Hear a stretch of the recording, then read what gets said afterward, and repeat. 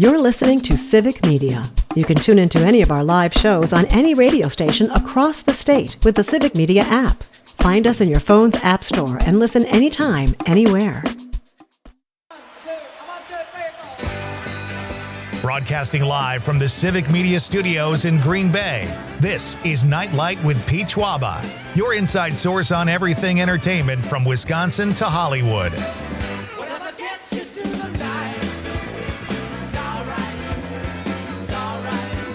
And now, a man barely 6 feet tall, but a mountain of muscle, Pete Schwaba.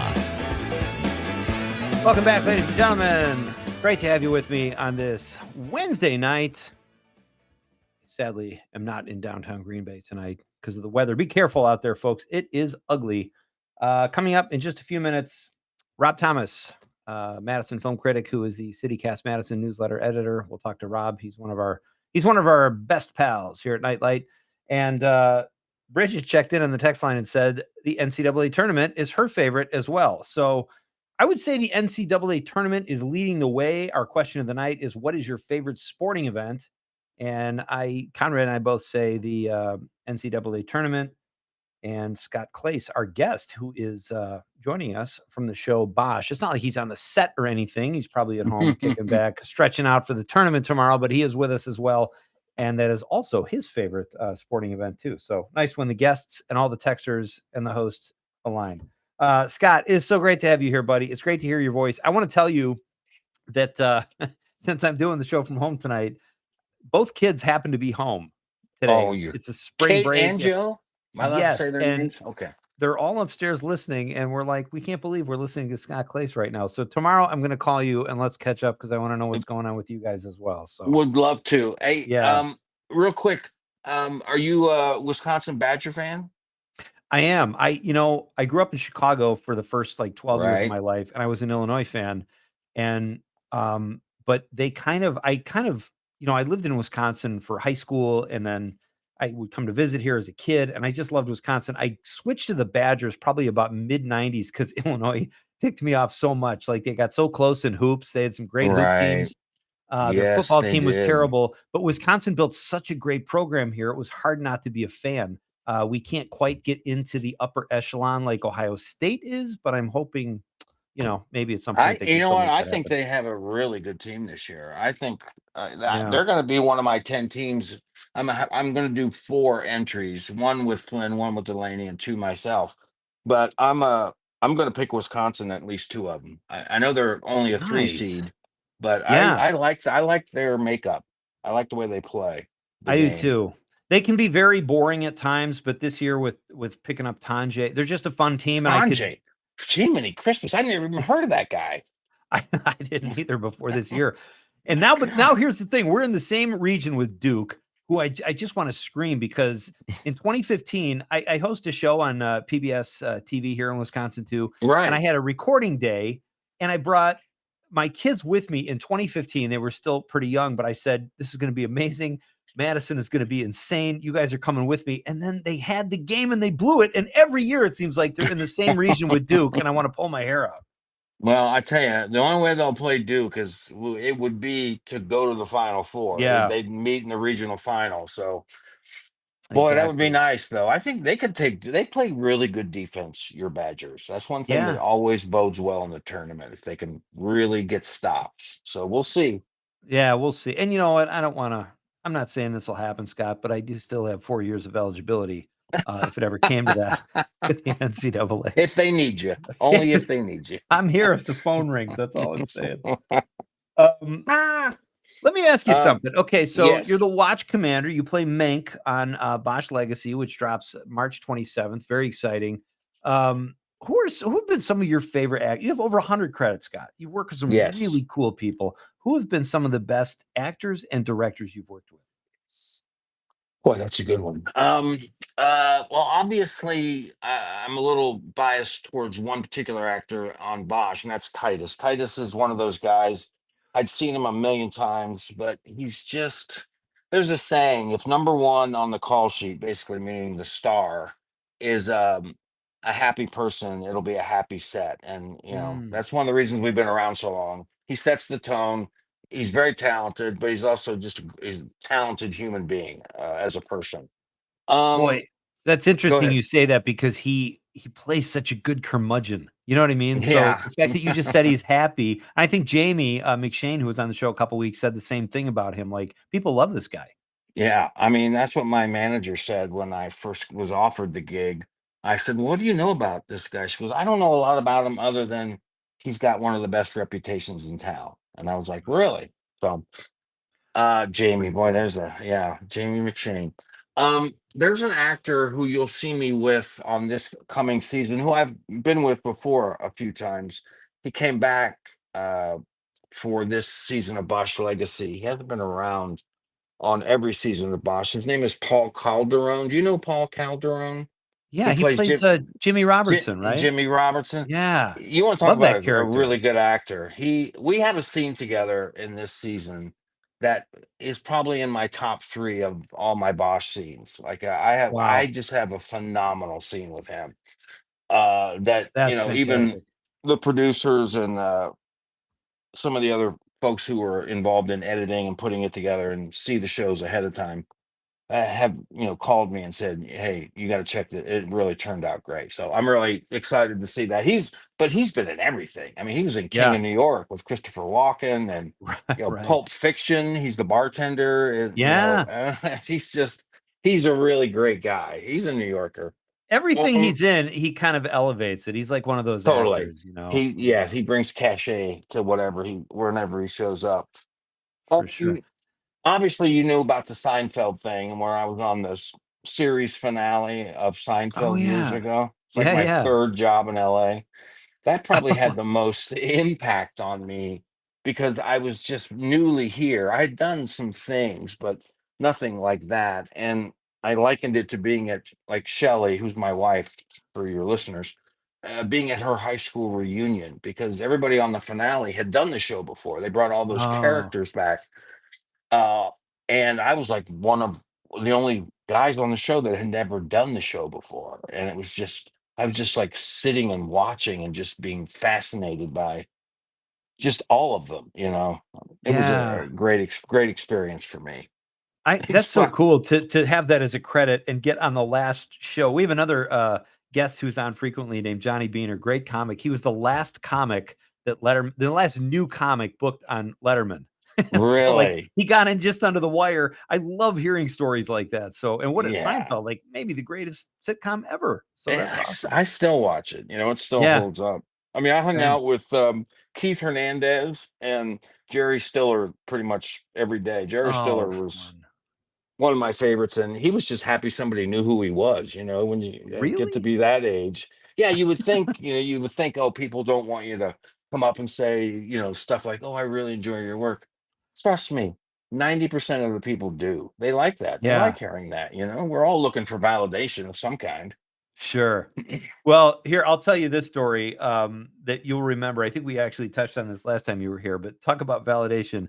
You and I were at a Dodgers game with the kids, and we're leaving, and this humongous, like, gangbanger type guy, face and neck tattoos, piercings, Right. comes up to you, and I think this guy's gonna take a swing at you. I'm like, "What did Scott do while I went to the bathroom or something?" But this guy just walks up and he tells you you're like his favorite actor. I That was like the know. greatest story. Every muscle in my body turned to stone. I thought, oh my God, this is it. This is how it This is how it happens. ends. Yeah. Local man killed a Dodger game. Film at 11. Oh, that's Ah, fantastic. Um, Scott, one more question before we let you go. What director is out there that you would do anything to work with as an that's actor? an easy. I can answer that without even thinking about it. His name is David Fincher. I Oh, love nice. his films. I saw Seven the day it came out. I was in New York City. We were visiting Shelley's sister over Thanksgiving. I don't know what year it was, but it was late '90s, I think. And it was raining out in New York. And I went to the afternoon showing of it, and I was so I realized at one point I was sitting on the very edge of my chair, like leaning towards the screen, and I was so blown away by that movie. I've seen all of his films many times. I just really think he's one of the best out there. And He Jamie's worked certainly with is. him. Jamie McShane has worked with him. He did that Mank. Talk Oh, about yeah. synchronicity. He Mankowitz. He in that movie That's Mank. right. Yeah, He said he's got a part on Bosch Legacy this season, just maybe a couple episodes. I don't he He plays that does. same character, so I don't know if you guys are in the same episode, but that's kinda We cool. are, but we don't cross paths. But I do Okay. talk about him, believe it or not. Oh, really? Well, that's Yeah, my character talks about him. Yeah, all the more I'm reason for me aware to of him. Yeah. Oh, that's So great. Um, yeah. and I think we talked about this last time too, folks. If you haven't seen Bosch, and you wanna see Scott, he's in one of my favorite scenes on Bosch, season 3, I think it is, right kinda towards the end of the season. It's the one we discussed this last time briefly, Scott, where Jerry gets shot Oh and there's a yeah. rescue, and he's laying dying in his driveway, manages to get to his phone, and you're the one he calls, the watch commander, and you're rifling Yeah. through to find his address and call, and you're talking to him, tell him to hang in there. It was great acting, buddy. It was amazing. That had a thank you, by the way, first of all.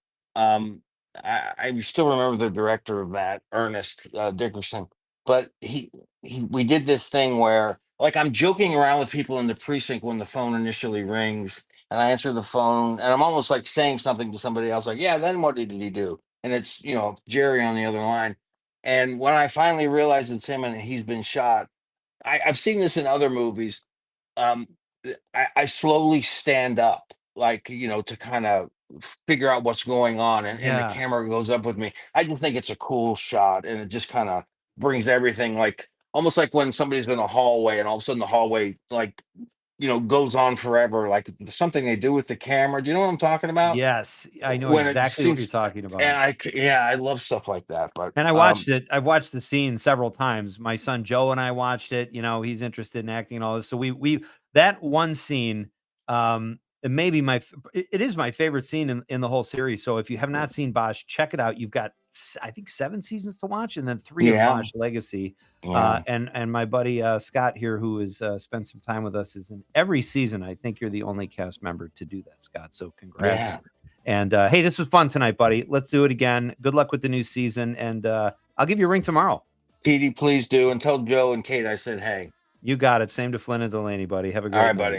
All You right. too. Bye bye. Scott Clace, ladies and gentlemen. Check out Bosch. He does great work on that show and everything he's in. He's a really phenomenal actor. It was fun. Conrad, how we doing? We're doing good. Got about 30 seconds. 30 seconds till what? We just got here. To the great. Oh, not till the show's over. Okay. To the great All news. right.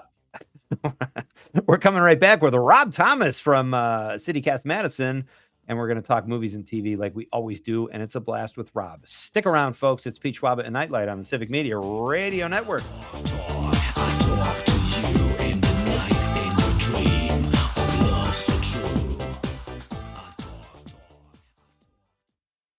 You're listening to Civic Media. Stay up to date on the latest news and information for your local community and Wisconsin by signing up for our free email newsletter. Visit civicmedia.us/email to get started.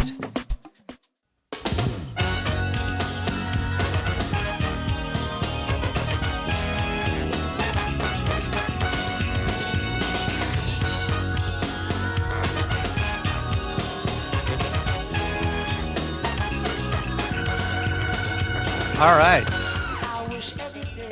We are barreling through a really, really sucky spring night here in Wisconsin. Or maybe you love it. I don't know. I did just look out the window. It looks so ominous. Conrad, are you getting freaked out? Yeah, it's getting a little scary out here. I mean, even the kegger we're throwing, we're all getting scared, Yeah. Just make sure the place is clean when I get back there tomorrow. Kate from the 715 says Olympic gymnastics. Answering our question, what is your favorite sporting event? That's a good one too. I don't know. It's another sport. I don't know how they do that, what they do. I don't even know how they practice doing backflips on a 4-inch beam. How is that possible?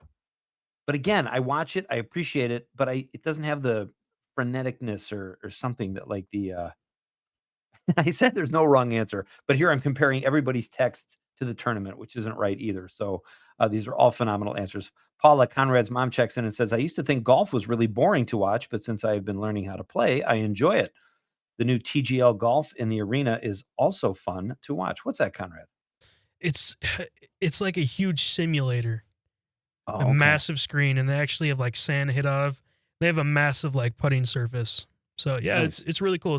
It's on Mondays and Tuesdays, I believe. Sounds a little bit like Wii Golf, which I'm a huge You fan. might have to check it out. I'm gonna have to check it out. All right, let's move on here, ladies and gentlemen. It is my pleasure to welcome to the show one of our favorites here. He joins us from time to time to talk movies and TV, and he does great work as a film critic in Madison and for the CityCast Madison newsletter, where he's the editor. And he joins us now, Rob Thomas. Hey, buddy. Hey, Pete, how you doing? Doing very well, thanks. How are you? I'm doing well. It is a little ominous out, but Are you getting this in Madison too? Is it rain or snow? it turned a little bit to snow. It's a little Okay. icy out there, but it was just like I feel like it's been night all day. One of Yeah. those kind of days. Yeah. Yeah. Kind of gotta cozy. We had Put soup like for a dinner. good scary movie on or something and get a fire going or something. There you go. There you go. Yeah. Hey, it's great to have you. Do you have a favorite sporting event, Rob? Sporting event. Yeah, I like like Super Bowl, golf, baseball, World Series, NCAA, that kind of thing. I like the Winter Olympics, I gotta say, Oh, because nice. they're sort of the kid brother of the regular Olympics.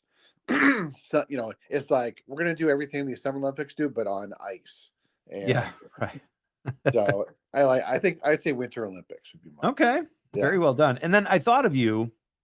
Our question last night was, what was your favorite frozen pizza? I don't know if you knew this or if I'm feeding you a story here for CityCast Madison, but actually it's already been done in Up North News. So I don't want to sound like I'm plagiarizing, but Okay.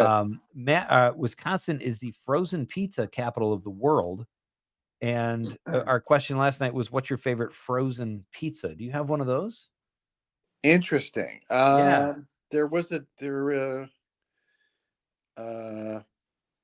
I think DiGiorno has a croissant crust pizza. That's a pretty good pizza. Oh, If we can wow. find that, we'll get that croissant crust.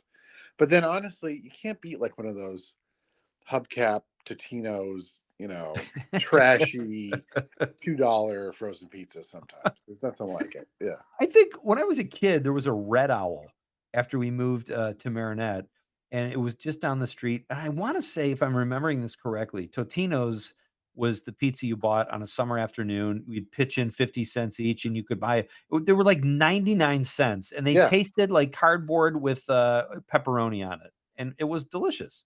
Yeah, there's nothing like it. It was so thin.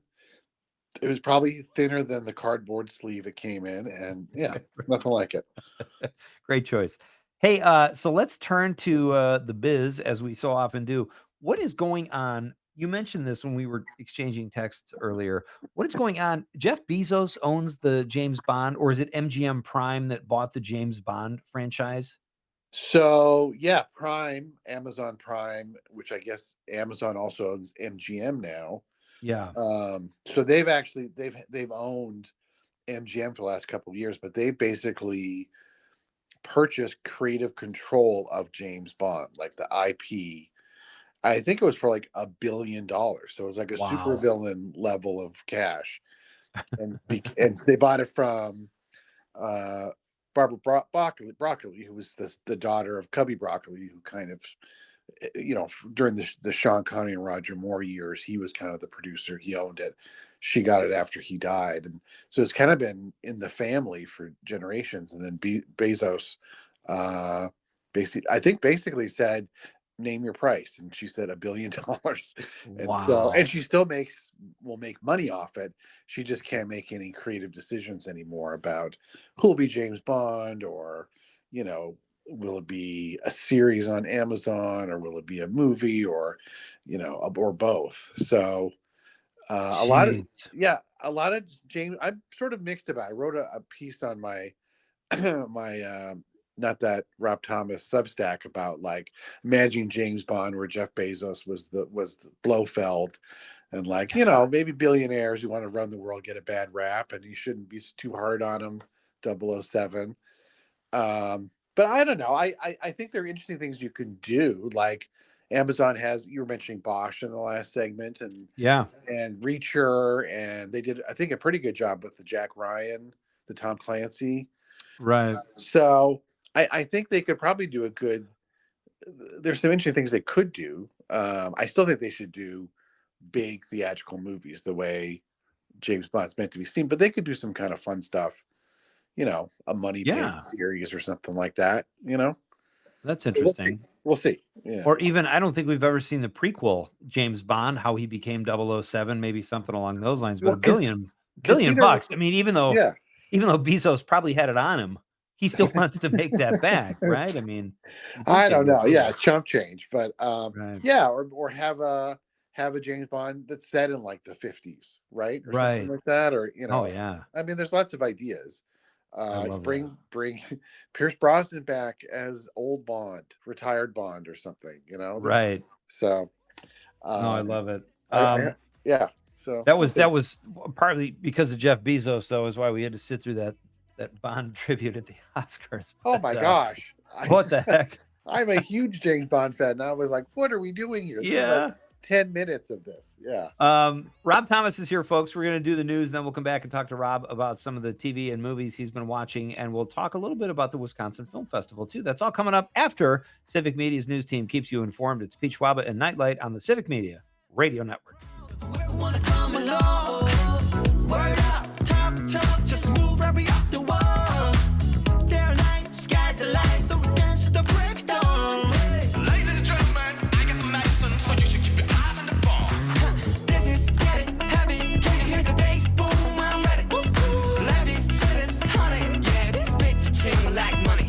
And this go overload, I'm in today, I'm good to go, I'm down, you know I glow. Let's go.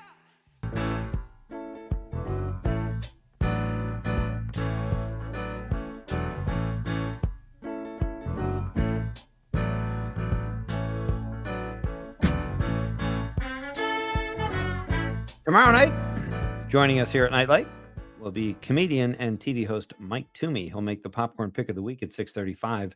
Then joining me in studio, magician Lou Lepore. He's gonna do some magic tricks. I'm nervous. Are you?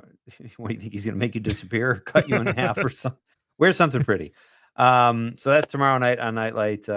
Very exciting. We're having a nice chat here with our friend Rob Thomas. You can follow him on Twitter at Rob. What is your? I always just type it in and I know it, but how can people find you there? I kind of left Twitter. I mean, I don't think I canceled my account, but I've been on there in a while. Oh, lucky you. Yeah, I'm on I'm on Blue Sky, but I can't remember my handle. I think it's I looked for you on Blue Sky today and I couldn't Yeah. find you. I was going to promote the show here tonight. Yeah, I got to get better about it. I think I left Twitter and then I sort of only tiptoed back over to Blue Sky. So yeah. So far, Blue Sky is still okay, but it still reminds you, even though it's not toxic, it still reminds you of all the crappy stories going on. Absolutely. That's why I'm But, tiptoeing. Yeah. Yeah, but you can check out Rob's work at CityCast Madison newsletter. He's the editor, does a great job there, and his Substack, Not That Rob Thomas, where you can read his movie reviews and all kinds of fun stuff. So let's talk a little bit about what did you think, Rob, of Mickey 17? I've been going back and forth on that one because I love the director, Bong Same. Joon-ho, like Parasite, his last film, which won the Best Picture. Like that's the movie I walked out of and just instantly, I was like, that's the best picture of the year. I mean, Wow. it would buy just a perfect movie. And I thought South Korean filmmaker, he's made 3 or 4 English language movies in addition to Korean language movies like Parasite. And they've all been kind of over the top. Like it's the idea of Mickey 17 is it's like a sci-fi satire where Robert Pattinson plays this low-level worker whose job is basically to die. Like he's on this ship in outer space. They send him down to check the atmosphere. If it's poisonous, he dies. They just print another one out, and and so Good gig. Yeah, so, right. It's like a 3D printer. Yeah, and then so that's why it's called Mickey 17 because this is the 17th version. And so there's a lot of good stuff in there, but it's also very long and kind of gets to these other subplots and characters that don't really pay off in any way. Right. So I was really mixed on. I think I would need to see it again to give it a straight up thumbs up or thumbs down. But I had high hopes and it didn't quite reach them for me. I would agree. That's a great synopsis, actually, because I thought I went to see it with my wife. She didn't like it at all. I hung in there with it, and I liked the second hour more than the first. But Robert Pattinson, oh my god, the way he chose to play that character, or was directed to play that character with that voice, really hard to watch. And I agree with you that it was kind of long. I watched another of his films called what's the one with the river? The Host. Great movie. From The, Great yeah. movie, but Rob, I would say that movie could have been 20 minutes shorter. Okay, Like sure. they Yeah. go away from the monster for so long, and it's such a cool monster. And Right. this family is so fun to watch. But yeah, I would say, and I don't remember thinking that in Parasite. So Parasite must not have had those issues, or at least they didn't bother me as much. But Yeah, I felt Parasite was just perfect. There's another one he did on Netflix. I think it's pronounced Okja, Okja. And huh. Mickey 17 reminded me a lot of it. It has Jake Gyllenhaal. I think Tilda Swinton plays 2 roles in it, if I'm not mistaken. Same kind of thing where it's like big over the top science fiction satire, hits some good points, has some good jokes, interesting visuals, but then also takes a long time to kind of get where it's going. And, Yeah. so Interesting. a little disappointing. Yeah. I am anxious to see. I have not seen this yet. You've seen it. Novocaine. Tell us about Novocaine. Kind of a cool premise. I thought that was super fun. Yeah. It's an action comedy. It reminded me a lot of this movie Jason Statham did 20 years ago called Crank, where he Oh played this yeah. guy. I'm trying to remember the premise, but it was like he had to keep his heart rate above a certain level or he died or something like that. Or um and so it's a action movie, but it's almost like a live action cartoon. And in Novocaine, Jack Quaid is this great actor. He was in that movie Companion a couple of months ago. He's the son of Dennis Quaid and Meg Ryan, but he's great on his own. Plays this guy Yeah. who cannot feel pain. He has this genetic condition where he puts his hand in hot water, he bites his tongue, he can't feel pain. Instead of being like a superhero, he's this very cautious guy because he could really hurt himself because he doesn't have pain receptors. Anyway, he gets drawn into this thing where his new girlfriend gets kidnapped by bank robbers, and it becomes this like super violent but very funny action movie because the bad guys are hitting him and doing all these things, and he just doesn't feel a thing. Like, and it's just really very clever with the premise, and he's just so funny. He's this kind of normal guy who's just sort of his only superpower is he can just take a lot of punishment because he doesn't really feel it. That reminds me of Homer Simpson when he boxed Mike Tyson, and his only redeeming quality was that you could beat the hell out of him. Right, Yeah, exactly.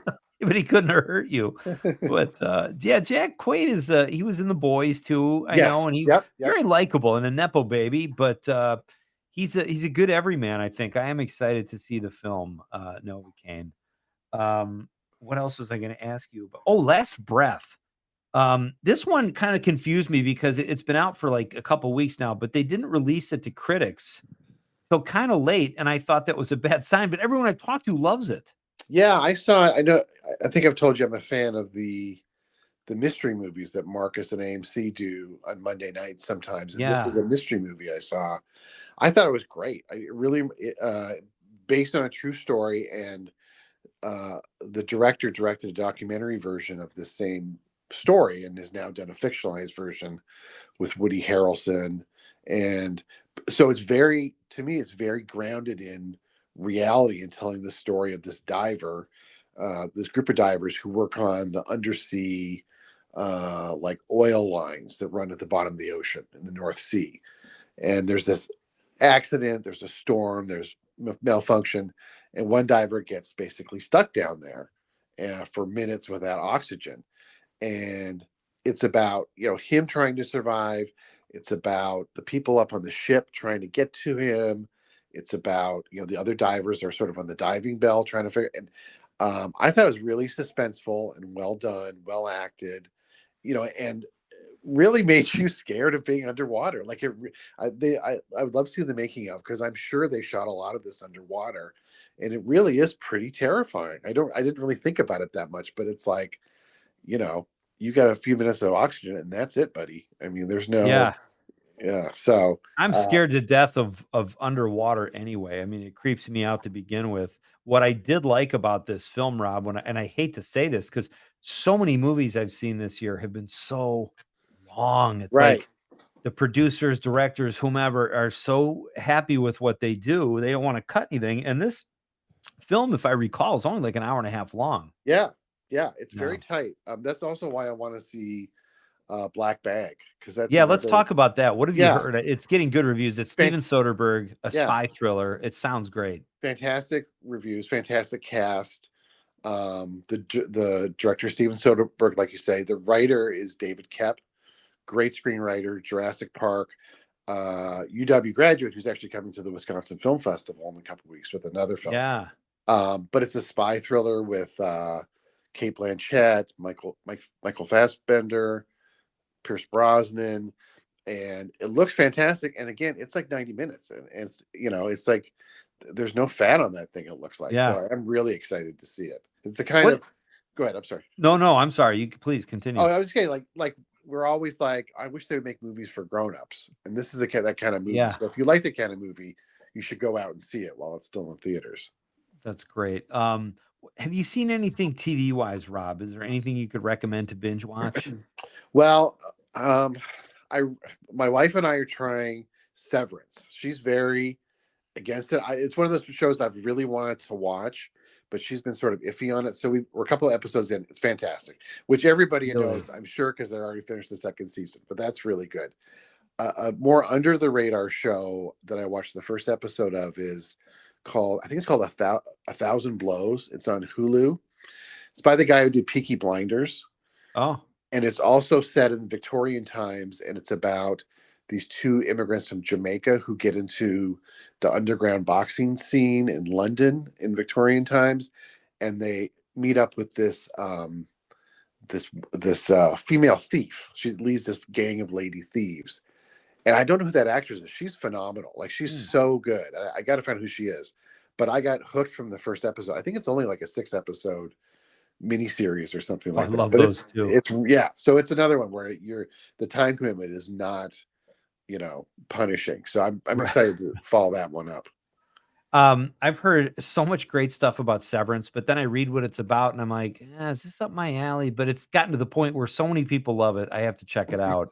And Adolescent too. Everybody's raving about that, the new Netflix show. And I'm it involves kids and I don't know, but I'm going to have to break down and watch both of these. And every episode is like a single shot or something like that. Is that what I read about? Oh, is that right?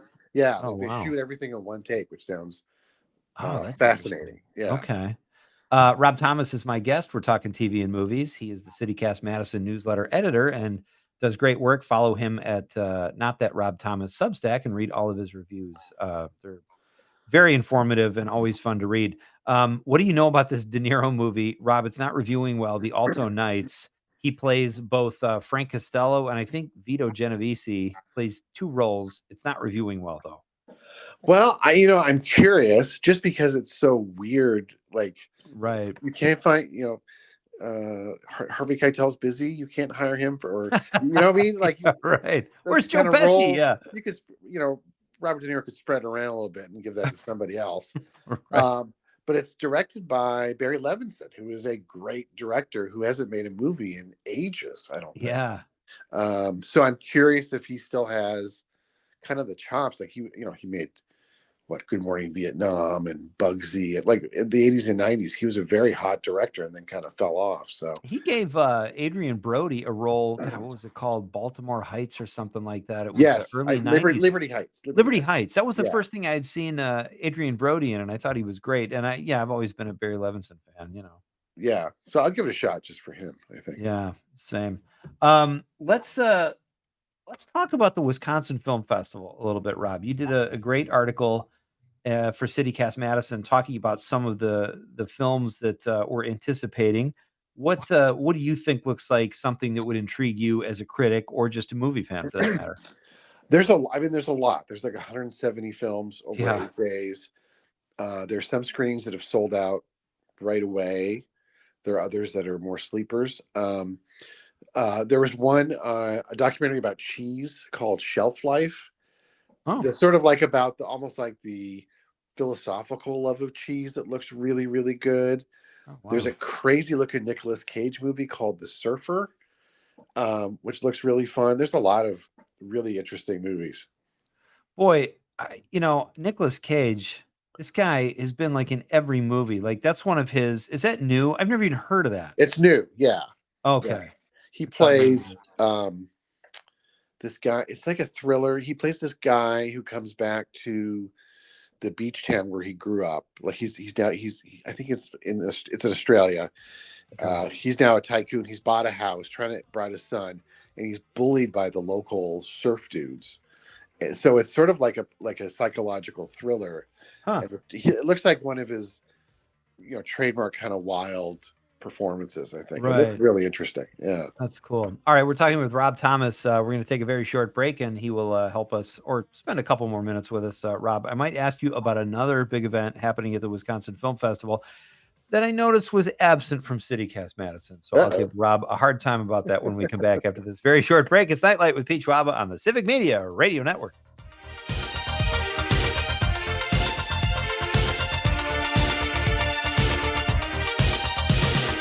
Every time I see you falling, I get down on my knees and pray. I'm waiting for that final moment. You say the words that I can't say.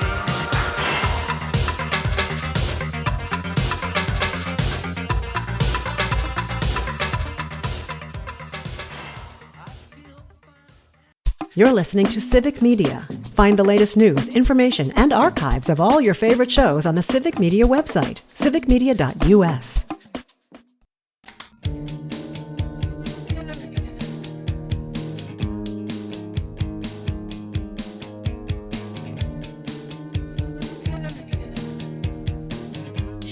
Welcome back. Talking with our pal Rob Thomas, who joins us from Madison tonight on this crummy evening, and we're getting it statewide. It sounds like it's just about everywhere. So, hope you're staying safe out there. Rob is with us for a couple more minutes here. Rob, we were talking about the Wisconsin Film Festival, which starts April 3rd.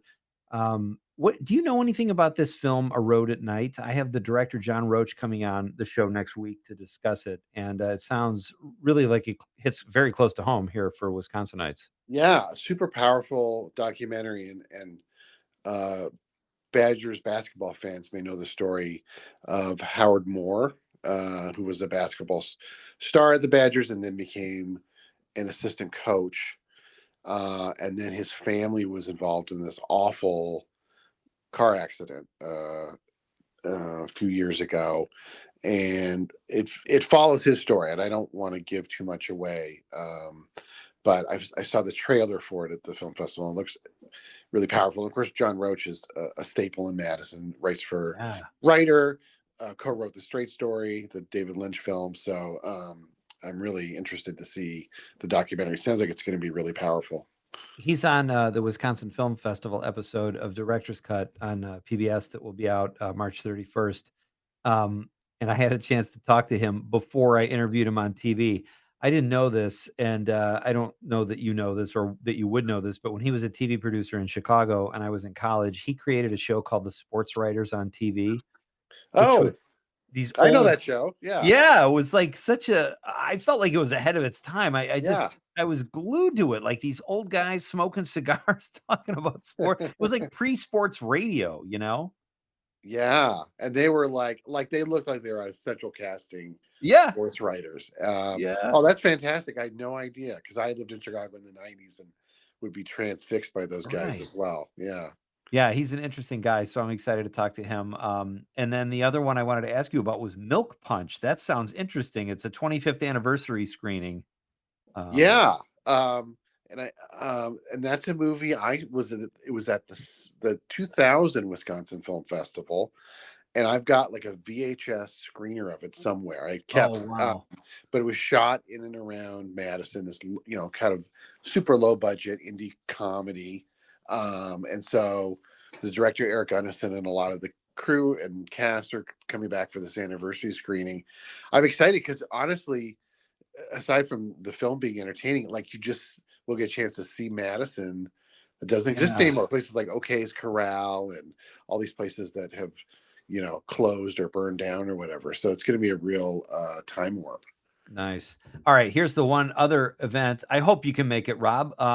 My sometime writing partner, Greg Liana, is screening his original Meet the Parents, which went on to become, the big, I think one of the highest grossing live action franchises anyway, with Ben Stiller and Robert De Niro, Meet the Parents. But Greg shot an indie film in Chicago, like in 1989, before I even knew him. It's hilarious, much darker than the studio version. He's going to show that at the Barrymore at 1:00 on Saturday, April 4th.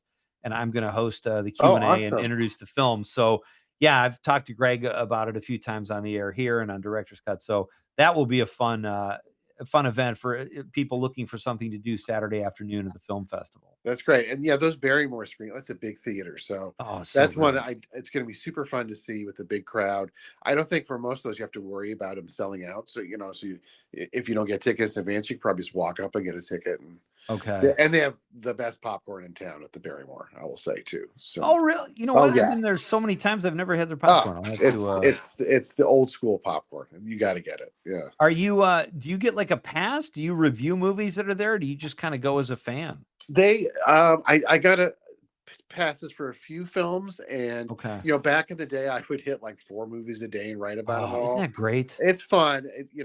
You miss your family, but so I'm gonna take it more casually this year. But I think I'll write something, almost every day for my Substack on stuff that I see. Yeah, so there's just so much good stuff. Yeah, fantastic. Well, we'll be looking for that. Keep up the great work. Always fun to talk to you, buddy. And if I don't talk to you before, I'll see you at the festival. Yeah, it'll be great to run into you, Pete. Yeah, likewise. All right, thanks, Rob. Have a great night. All right. Stay warm and stay dry, people. That was Rob Thomas. I'd like to thank him for being on the show, as well as my friend Scott Clace. Always fun to talk to Scott and find out about some of the roles that he's played over the years. And thank you for all your texts. That was a good question, Conrad, don't you think? Yeah, it was. It was great. Are you giving me the thumbs up? Yeah, we'll say that. I didn't miss any texts, did I? I don't believe so. Okay, good. So what are you going to do now? It's freezing outside. The roads are bad. Did you have trouble getting there tonight? No, actually, I got here around 2:30, so it wasn't terrible when I got here. I want to tell you something too. When we're both parked in the garage, you got to let me know, because last night I said, all right, I'll see you tomorrow. And I went under that chain, and as I'm walking to my car, I heard the chain go up and crash down again. And I thought I was about to be jumped. So I'm looking over my shoulders, and then I see that it's you. I'm like, why didn't he just say something? We could have formed a safer in numbers group as we walk to the garage in downtown Green Bay. I don't have to do that tonight. My car's right outside. I should have. Nice. I don't know. I should have parked in the garage though, because my car's full of snow now. Oh, that'll be fun. Tomorrow night, ladies and gentlemen, I hope you can join us. We'll have Mike Toomey here at 6:35. He's going to make the popcorn pick of the week. He is a WGN morning show host and a great comedian. And then local magician Lou Lepore joins the show in studio, and he's going to talk about Wisconsin native Harry Houdini. And we hope you can join us tomorrow night too and be part of the show like you always are. It makes it so much more fun. On behalf of the lovable producer Conrad, I'm Pete Schwaba saying good night, Wisconsin. Oh, take me to your best friend's house. I loved you then and I love you now. Oh, yeah. Oh, don't take me tongue-tied. Don't wave no goodbye. Oh,